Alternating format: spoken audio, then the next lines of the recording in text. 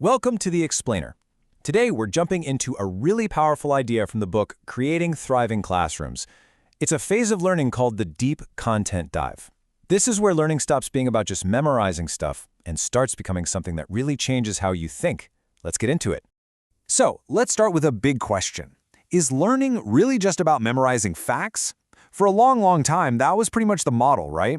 Treating our brains like these empty buckets we just had to fill with information. But what if there's a better way? A way that's actually more meaningful? Well, that's exactly what we're going to explore. The book calls this phase the deep content dive. And really, it's the intellectual heart of the whole learning process. It's that moment where students move past just being curious and start to really wrestle with the material. The goal isn't just knowing what something is, but truly understanding the why and the how. It's about making meaning for yourself. To get there, the book gives us a few categories of methods. The first one is all about making thinking visible. I mean, how do you take all those abstract ideas that are just swirling around in your head and actually give them some kind of structure? These methods, they help students organize their thoughts, connect different ideas, and basically give shape to things that feel abstract. It's all about creating a mental map that you can actually see and play with. And one of the most powerful ways to do this is with a method they call mix and match. So, mix and match. Just imagine key ideas and terms are like little puzzle pieces. This technique literally lets students physically arrange those pieces to map out how they're all connected. You can actually watch their understanding grow and change in real time. Here's how it could work in, say, a high school literature class. Students get cards with big words on them, like freedom, justice, and power. As they read a book, they physically arrange these cards. At the beginning, maybe justice and power are on opposite sides of the desk, but after a really dramatic chapter, a student might slide them right next to each other, arguing that a character's idea of justice is all about power. And get this, there's a still thinking zone. It's a place for cards you're not sure about yet. It makes being uncertain totally okay, which is just brilliant for real learning. Okay, next up, reasoning with evidence. So once you can actually structure your thoughts, how do you back them up? This next category is all about getting students to move from just saying, I think, to being able to say, I think this because. The goal here is pretty simple. It's to build that mental muscle for making informed judgments. It's about looking at information, weighing how complex it is, and learning to resist those super simple, easy answers. This is what really separates a simple opinion from a solid, rigorous analysis. A great method for this is called the polling sandwich. It sounds simple, and it really is, but it is so incredibly effective.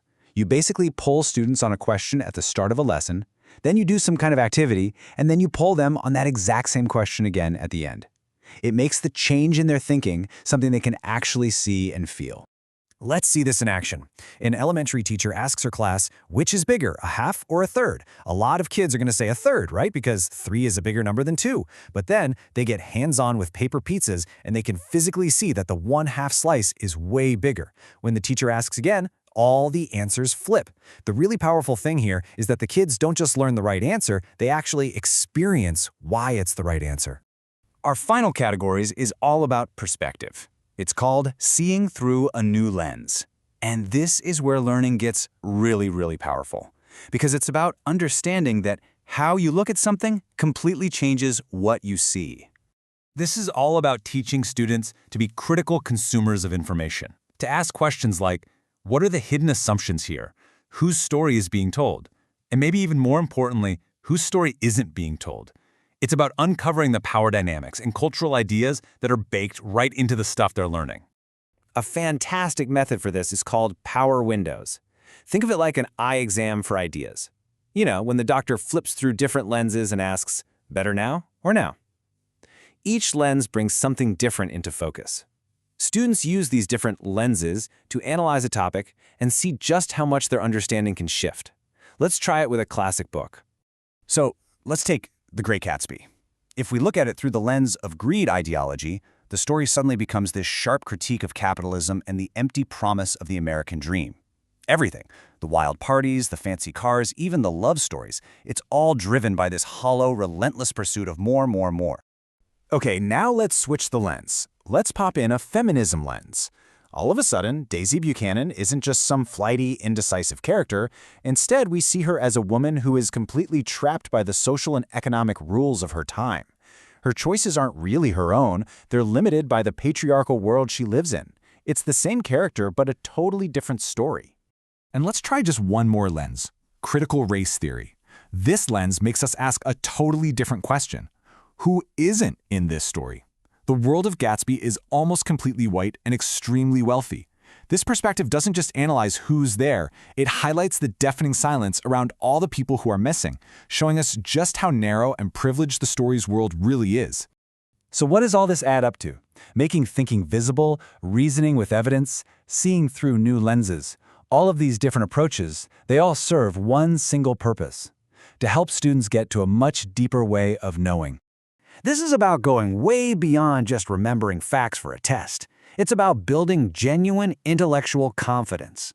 When students can structure their own thoughts, back them up with solid evidence, and look at them from all these different angles, they get the tools they need to not just answer questions, but to really engage with the world in a meaningful way.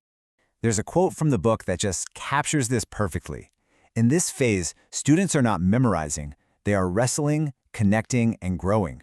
Learning becomes this active, dynamic process. It's like a real workout for the mind. And that leaves us with one final thought to chew on. What if the real goal of education isn't to collect a bunch of answers, but to get really, really good at asking better questions? Thanks for diving in with me today.